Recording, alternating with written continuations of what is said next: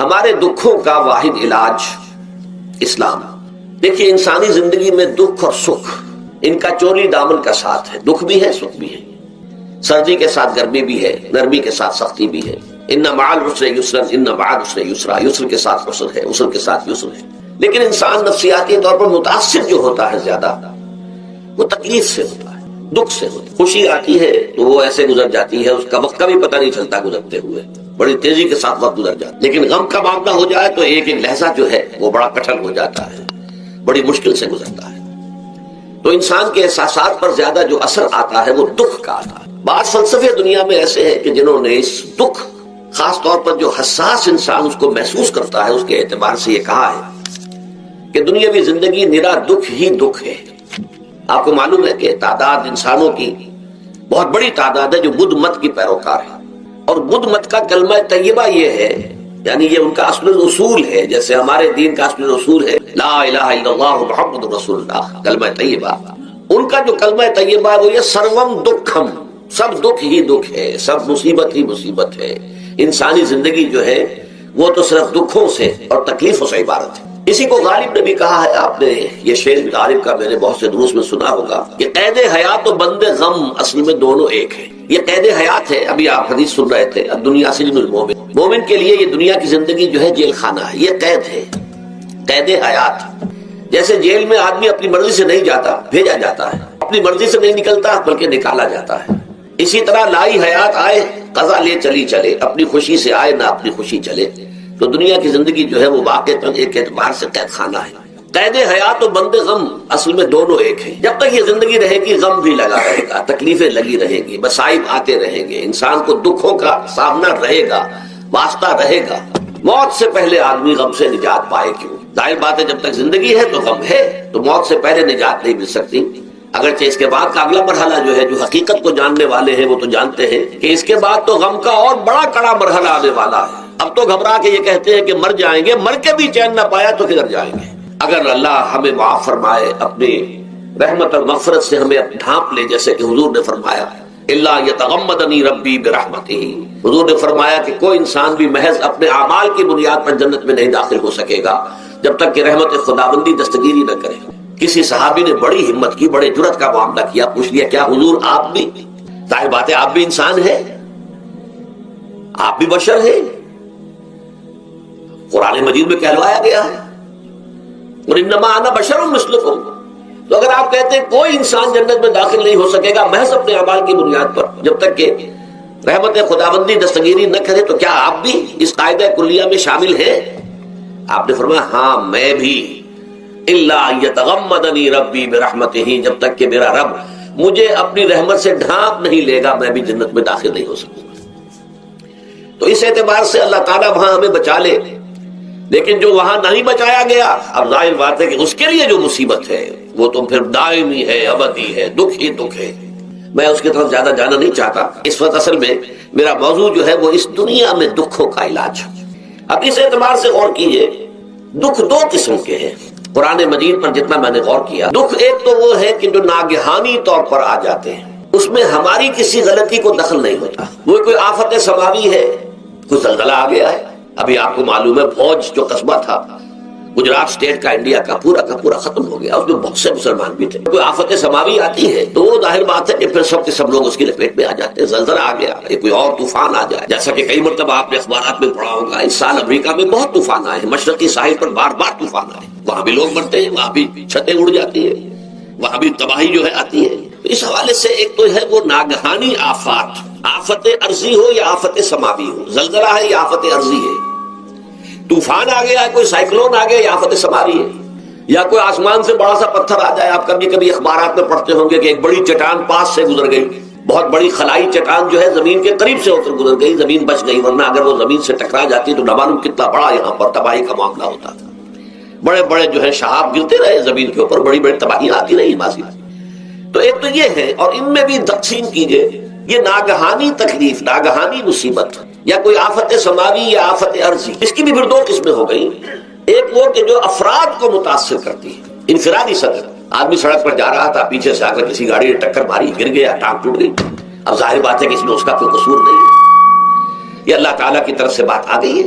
یا یہ کہ کوئی اگر اجتماعی سطح پر آیا جیسا کہ زلزلہ ہے یا جیسا کہ کوئی سائیکلون ہے, کوئی بڑا طوفان ہے, بہت بڑے فلڈز آ گئے ہیں. اس وقت بھی موزمبیق میں بہت بڑا فلڈ آیا ہوا ہے, ساؤتھ افریقہ میں, اور افریقہ میں پچھلے سال بھی بہت بڑا فلڈ آیا تھا, بڑی تباہی آئی تھی, آ رہا.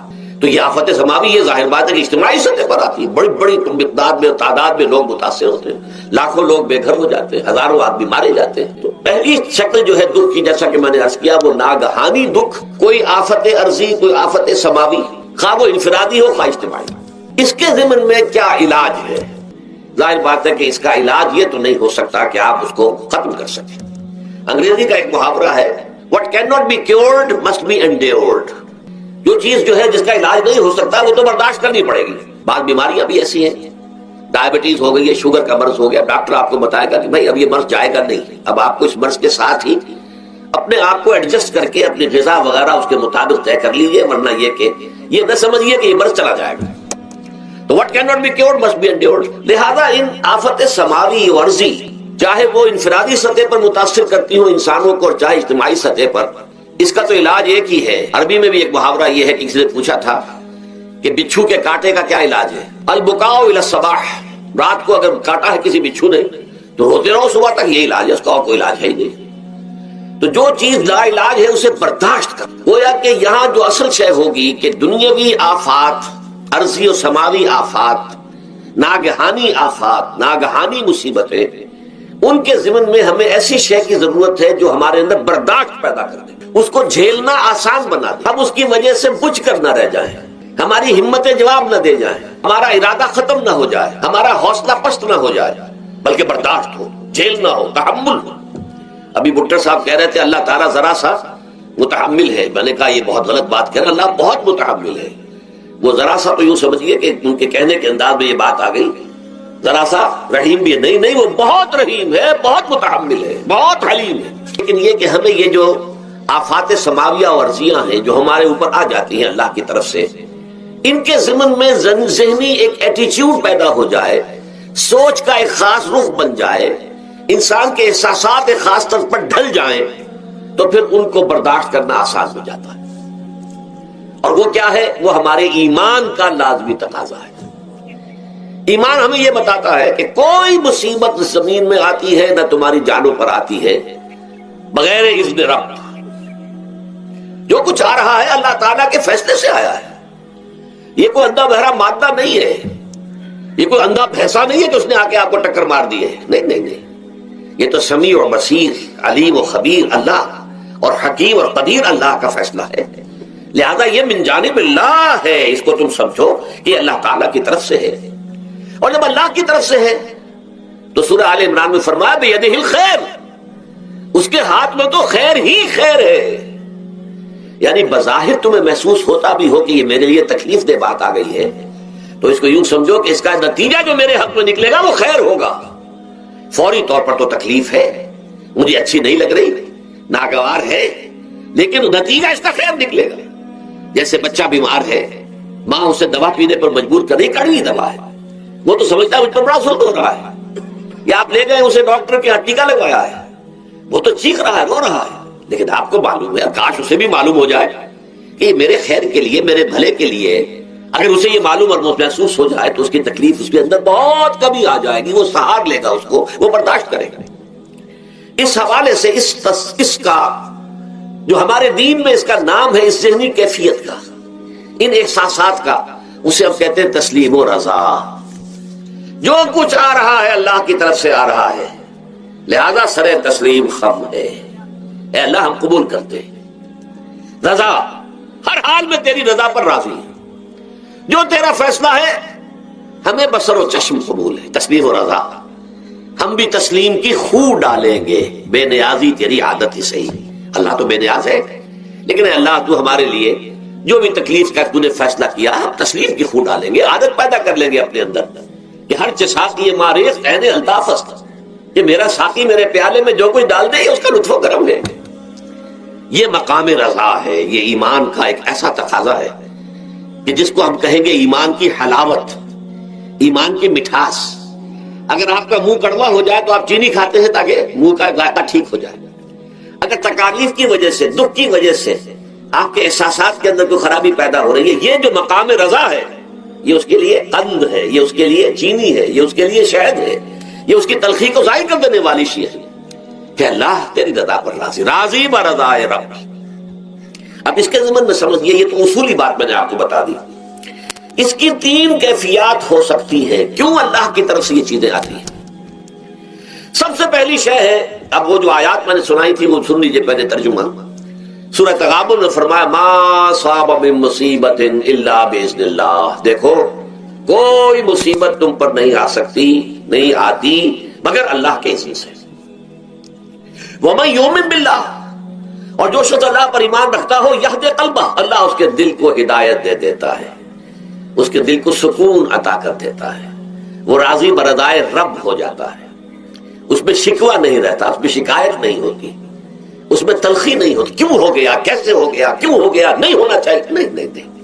یہ سارا جو پیچ آدمی کھاتا رہتا ہے نا اندر ہی اندر، وہ جو پیچ کھا رہا ہے یہ سب پیچ سے نجات مل گئی۔ برو کشید سے پیچا کے ہستمود مرا، چے اقدہا کے مقام رضا کشود مرا۔ یہ پیچ کھانا جو ہے، پیچا کے ہستمود، اس سے اللہ تعالیٰ نے مجھے نجات دے دی ہے مقام رضا کے ذریعے سے۔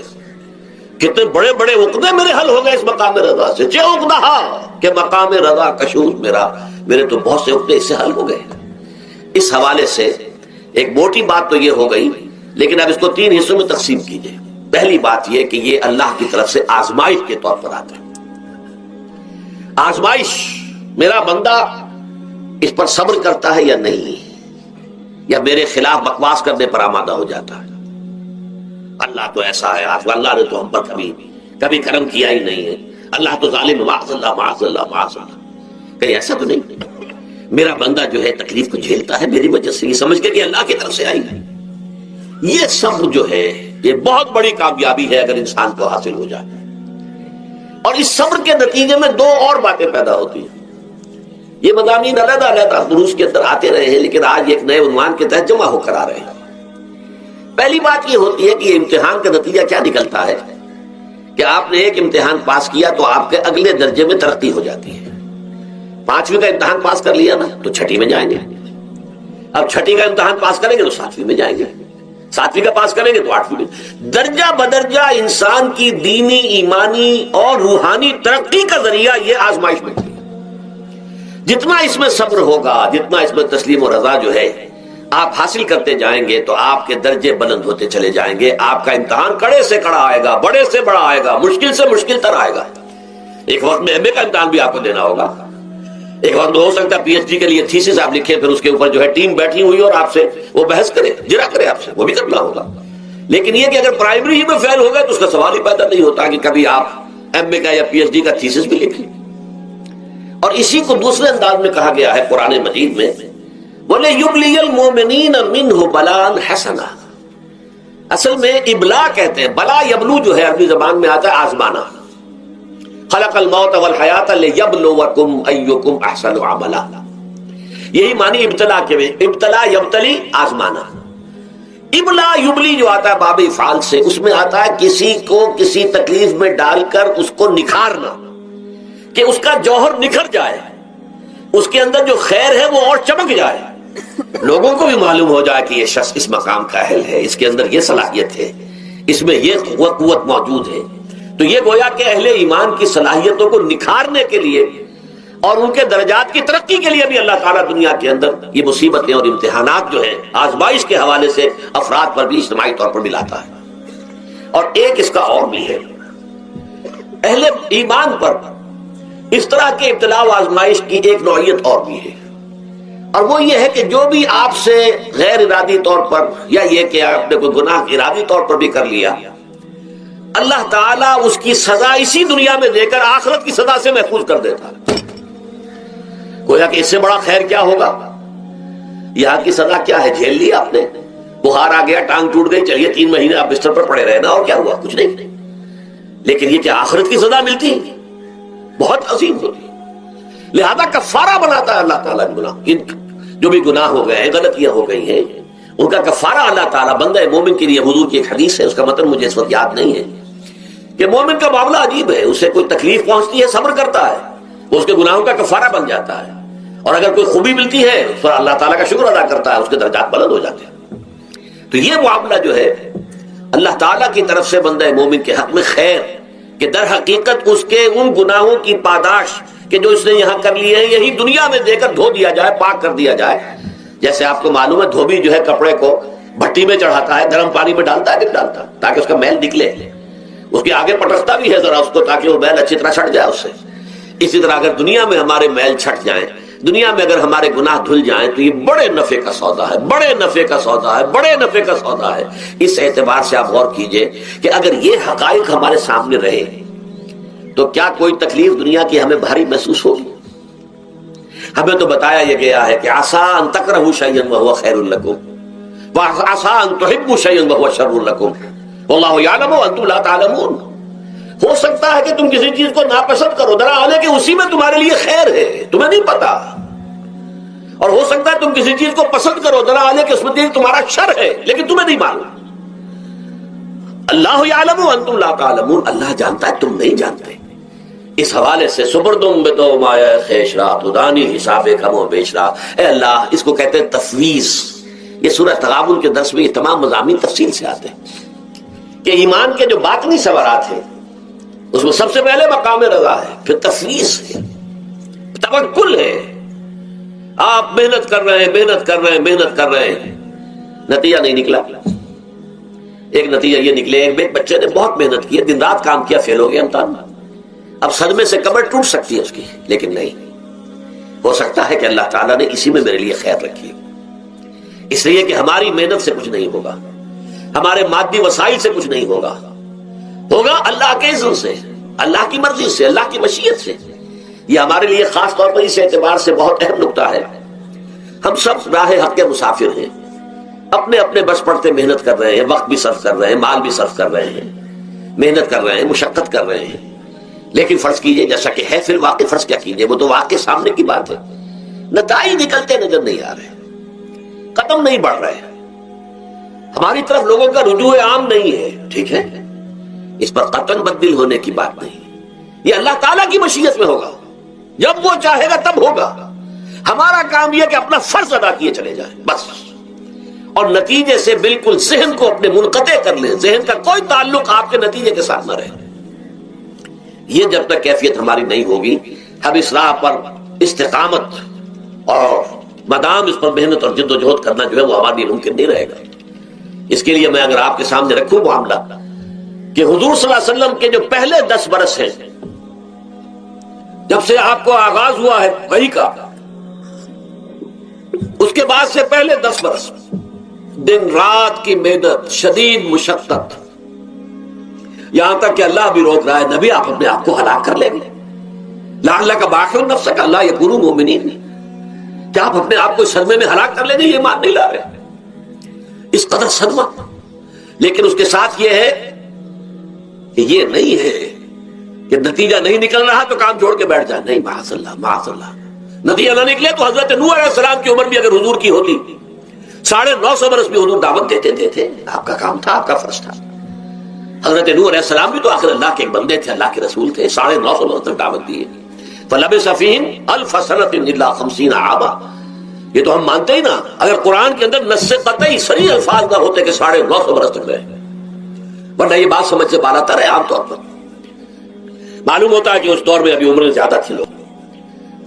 بہرحال جو میں نے عرض کیا تھا کہ دکھ جس سے انسان متاثر ہوتا ہے، اس کی ایک قسم وہ ہے کہ جو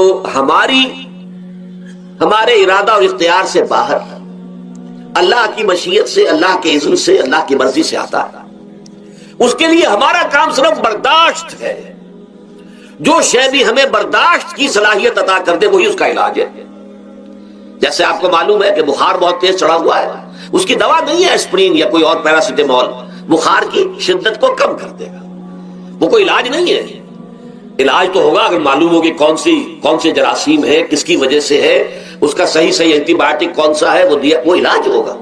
یہ علاج نہیں ہے، لیکن اس کی شدت کی کمی اور اس کے اندر جو احساس ہے جھیل جانے کا، وہ انسان کے لیے آسان ہو جاتا ہے۔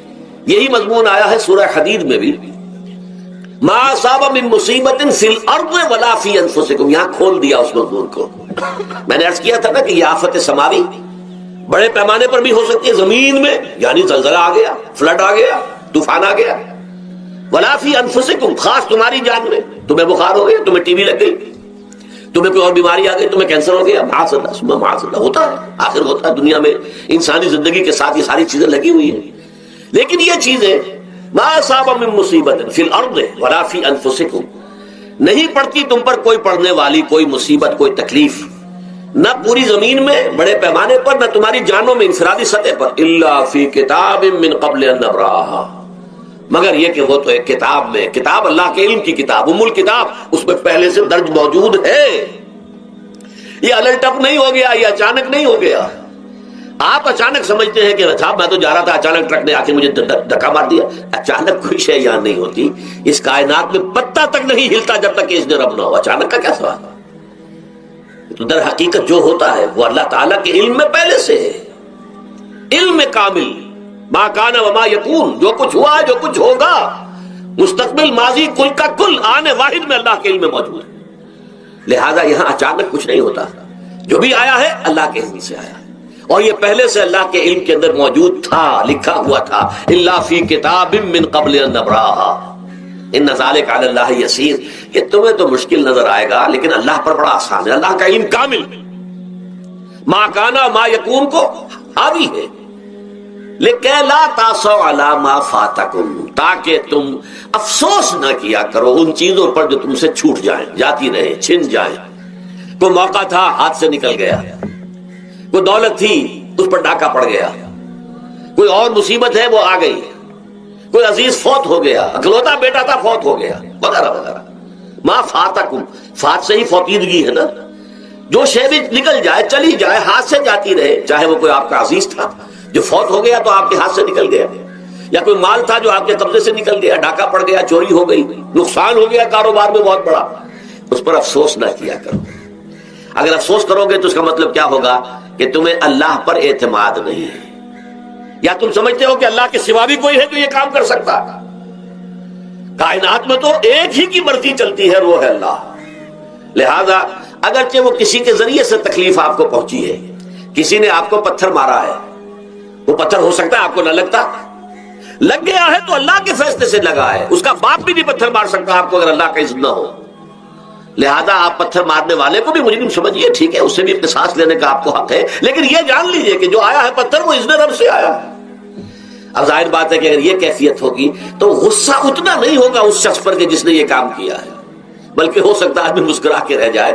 جیسے کہ وہ میں واقعہ سناتا رہا ہوں اپنے دروس میں کہ ایک درویش مرش آدمی جا رہا تھا، جو رب کرے سو ہو، جو رب کرے سو ہو، جو رب کرے سو ہو.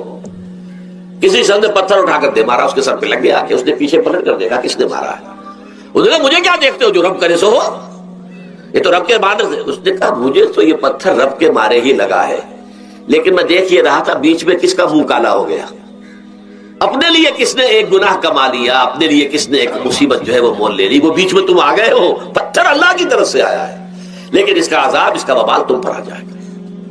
بہرحال یہ تو میں نے عرض کیا آپ کے سامنے، وہ چیزیں کہ جو آ جاتی ہیں، وہ تکالیف، وہ مسائل جو اللہ کی طرف سے من جانب اللہ ہے، اس میں آپ کسی کو مورد الزام نہیں ٹھہرا سکتے، وہ آپ پر آ گیا. دوسری تکلیفیں وہ ہیں جن کے لیے فارسی میں کہتے ہیں خود کردہ، اپنے ہاتھوں جو مصیبتیں آتی ہیں. اس کے لیے میں نے آپ کو سورہ شورى کی آیت سنائی ہے، ما اصابکم من مصیبت فبما کسبت ایدیکم ویعفو عن کثیر. جو مصیبت بھی تم پر آتی ہے انسانوں، وہ تمہارے اپنے ہاتھوں کے کرتوتوں کی وجہ سے آتی ہے. اور ابھی تو اللہ بہت سی چیزوں کو تو معاف بھی کرتا رہتا ہے، ہر تمہاری غلطی پر پکڑتا نہیں ہے، ہر خطا کے اوپر تمہیں سزا نہیں دیتا ہے، کوئی سزائیں معاف بھی کرتا رہتا ہے، عفو درگزر سے بھی کام لیتا ہے، بہت متحمل اور حلیم بھی ہے، بہت رحیم اور غفور بھی ہے اور کریم بھی ہے. لیکن یہ کہ یہ جان لو کہ ایک مصیبتیں وہ ہیں جو تمہاری اپنی پیدا کرتے ہیں، بما کسبت ایدیکم، تمہارے اپنے ہاتھوں کی کمائی. یہ کون سی خود کردہ؟ یہ در حقیقت ہے اجتماعی نظام جو انسان بناتا ہے. اس اجتماعی نظام کو غلط کر کے اگر اس نے اپنے لیے مصیبتیں کھڑی کر لی، مصیبت ہے لیکن یہ مصیبت تمہارے اپنے ہاتھوں کی لائی ہوئی ہے، تم نے نظام غلط بنایا ہوا ہے، تم نے دولت کی تقسیم غلط کی ہوئی ہے، اللہ نے تو رزق پیدا کر دیا اور سب کے لیے کافی ہے، یہ تم نے کیا ہے کہ ایک طرف کچھ لوگوں کے کھتے بھرے ہوئے ہیں اور ایک طرف کوئی فاقے سے مر رہا ہے، یہ خود کردہ ہے، یہ ہمارا کبھی ہے، یہ تم نے نظام غلط بنایا ہے، یہ جو نظام کے اندر خرابی ہے یہ تمہاری اپنے کرتوت ہیں، تم نے خود نظام کے اندر غلطی رکھی ہوئی ہے، ناانصافی گھولی ہوئی ہے، اس کا زہر گھولا ہوا ہے، یہ تمہارے اپنے کرتوتوں کی وجہ سے، اور اس کا علاج تمہیں کرنا پڑے گا خود، اور وہ علاج کیا ہوگا؟ نظام کو صحیح قائم کرو، اللہ کا دیا ہوا نظام عدل و قسط،